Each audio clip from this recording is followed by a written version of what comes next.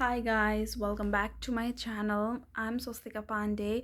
म चाहिँ recently Australia move भएको छु like it's been around 4 month जुलाईमा मुभ भएको थियो अनि त्यसपछि me with my husband and then अहिले इट्स नोभेम्बर अनि मैले चाहिँ यो फर्स्ट 3 मन्थको मेरो एक्सपिरियन्स मेरो पनि and including my husband experience share गर्न आएको छु हस्बेन्ड त मेरो यहाँ अहिले हुनुहुन्न इज इन वर्क सो मैले के भन्न किन आएको छु भने and what experience I had is 3 महिना मैले काम नगरिकन बसेको छु है because I didn't find the work.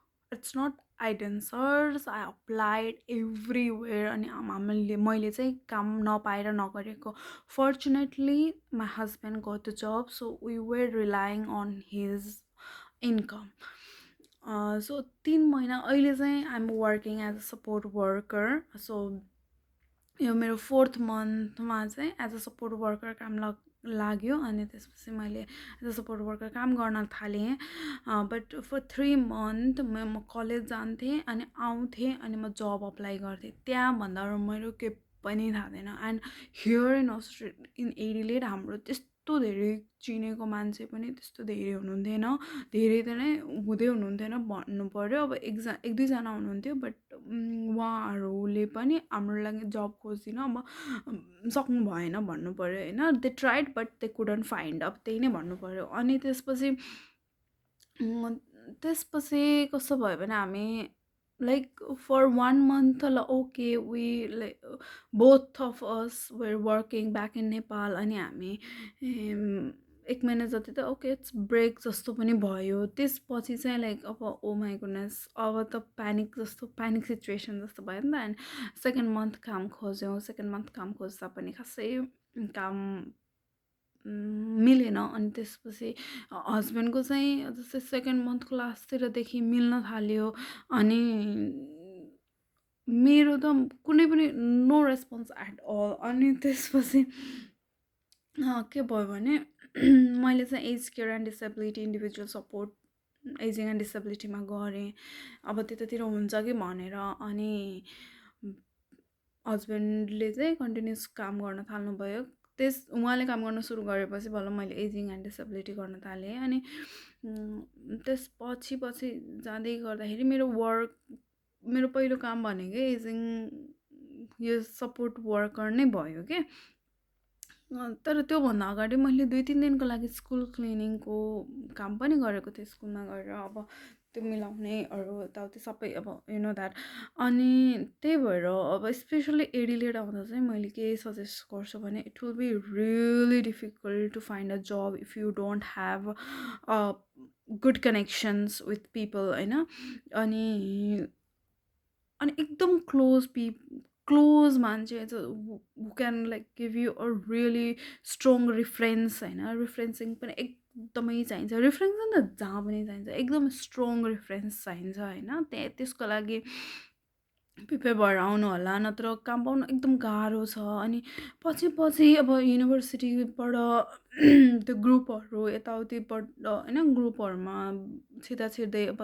हुन्छ नि त कन्ट्याक्टहरूबाट चाहिँ कस्तो भयो भने पछि एउटा दुइटा ग्रुपहरूमा गएपछि त्यहाँबाट मैले 2-4 दिनको लागि काम स्कुल क्लिनिङ आजको लागि या भोलिको लागि त्यस्तरी पाएको थिएँ अनि फर्चुनेटली मैले चाहिँ पछि गएर अराउन्ड 4 मन्थमा चाहिँ मैले यो सपोर्ट वर्करको काम पाएँ अनि यो सपोर्ट वर्करको काम गर्न थालेपछि मलाई त्यस्तो प्रब्लम हुन छोड्यो अब एउटा काम गर्न थालेपछि त्यस्तो धेरै प्रब्लम हुँदैन but literally 3 month first month त्यस्तो स्ट्रेस भएन सेकेन्ड मन्थ र थर्ड मन्थ यो 2 महिना त एकदमै प्यानिक सिचुएसन थियो क्या it's really a panic situation for us अनि त्यसपछि लाइक हस्बेन्डले काम गर्न थालेपछि केही हदसम्म लाइक या वी आर अर्निङ एन्ड स्पेन्डिङवाला केस थियो अनि मैले काम गर्न थालेपछि बल्ल like okay now for a while we are stable kind of के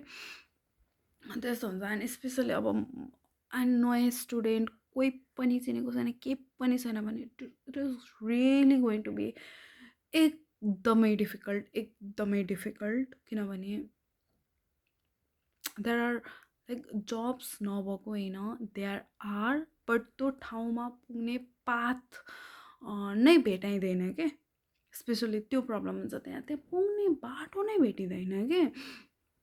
अनि त्यही भएर you need to have a connections, यहाँ चाहिँ एकदमै कनेक्सन्स चाहिन्छ चाहिन्छ चाहिन्छ चाहिन्छ। बट कोही मान्छे फेरि यति लक्की पनि हुन्छन् कि लाइक आउने बित्तिकै इभन बसमा यस्ता like they will get a connections होइन, तिनीहरूले रेफरेन्स पाएको हुन्छन्, काम गरेको हुन्छन्। अनि यहाँ चाहिँ सुरुमा फर्स्ट जब पाउन गाह्रो के, फर्स्ट जब पाएपछि चाहिँ you will have your group, your circle, अनि त्यसपछि त्यहाँबाट बिस्तारै बिस्तारै मान्छेले थाहा हुन्छ नि त, like you will be used to in that circle भन्ने जस्तो हुन्छ क्या। सो द सजेसन्स, अनि भन्छ नि के भन्छ अनलाइन अप्लाई गरेर हुन्छ। अब रियली भन्यो भने त मेरो जब चाहिँ मैले पाएको अनलाइन अप्लाई गरेर नै हो। मैले सिकबाटै पाएको जब हो यो, सिक भन्ने जुन जब जब साइट छ नि, जुन एप, मैले त्यहीँबाट अप्लाई गरेर पाएको हो। बट 138 जब अप्लाई गर्दाखेरि मलाई एउटाबाट बोलाएको थियो कि, and there I got a job. 138 मैले काउन्ट गरेर बसेर चाहिँ, किन पुरै हुन्छ नि त, अनि काउन्ट गरेर हेर्दाखेरि त इट्स 138। म कस्तो सिचुएसनमा होइन, 138 जब त मैले सिकबाट मात्रै अप्लाई गरेको थिएँ क्या। द्याट मिन्स मैले अरू एप लाइक इन्डिड, जोराबाट त मैले कति अप्लाई गरेँ। त्यसपछि अनि अब गएर भन्ने यताउति त अब नजिक नजिक जुन पसलहरू यता गएर भन्ने कुरा त छुट्टै छ होइन। भनेपछि कति गर्नुपर्ने रहेछ भनेर चाहिँ आफै बुझ्नु। मैले जस्ट सिकबाट मात्रै हेर्दाखेरि 138 जब अप्लाई गर्दा I got a call from one place होइन। अनि फेरि इट्स नट कि मैले एउटै काइन्ड अफ जब अप्लाई गरेको थिएँ। मैले एजिङ एन्ड डिसेबिलिटीको सर्टिफिकेट नपाउन जरिसम्म त मैले लाइक कति ठाउँमा अप्लाई गरेर हाउस किपिङ हुन्छ, क्लिनिङ हुन्छ, किचन ह्यान्ड हुन्छ, सबैमा अप्लाई गरेको मलाई कहीँबाट नि।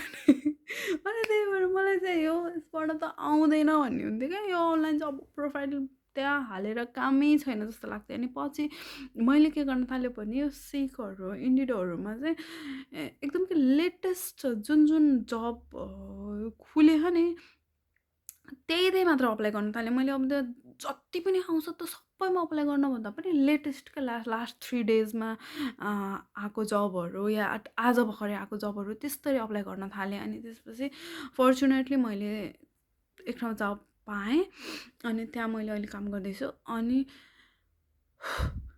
मैले कति अप्लाई गरेँ अहिले यहाँ यो भिडियो बनाउँदै त्यो सोच्दा नि म आफै कि मैले कति गरेँ होला कि अप्लाई।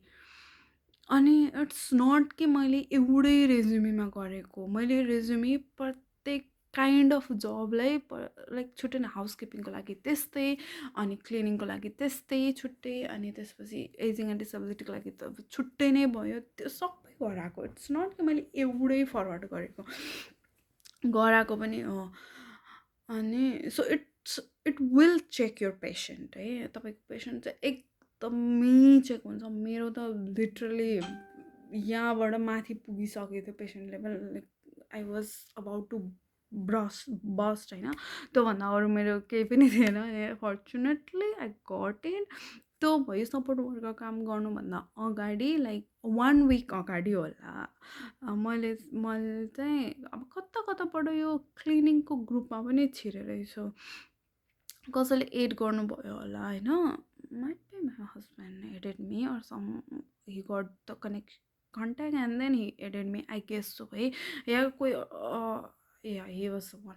अनि त्यसपछि त्यहाँ चाहिँ अब यस्तो स्कुल क्लिनिङ 3 घन्टाको 4 घन्टाको सिफ्टहरू हुन्छ नि त, अनि त्यस्तो गर्न थालेँ। अनि म कन्ट्याक्ट गर्न थालेँ, is there any work for today या फर टुमोरो या फर अ विक, यताउति कन्ट्याक्ट गर्न थालेँ। अनि तिनीहरूले चाहिँ मलाई लाइक लिटरली 3 दिन 4 दिन 4 दिन गएको, 1 दिन एज अ ट्रायल गर्न गएको अनि 3 दिन एज अ पेड मैले गरेको होइन। त्यो गरिसकेपछि त्यो गरेपछि फेरि यताबाट बोलाइहाल्यो अनि म अब अभियसली त्यहाँ त छोड्ने नै भएँ। तब म 2-3 घन्टा गर्न भन्दा अभियसली सपोर्ट वर्करकै काम गर्न पाएँ। So that is my journey अनि मैले अहिले काम गर्दैछु। That's all. So be very patient, be very patient. एकदम मेन्टल स्ट्रेन्थ यति धेरै बोकेर आउनु, अरू त केही पनि भन्नु छैन। Bye, see you in next video.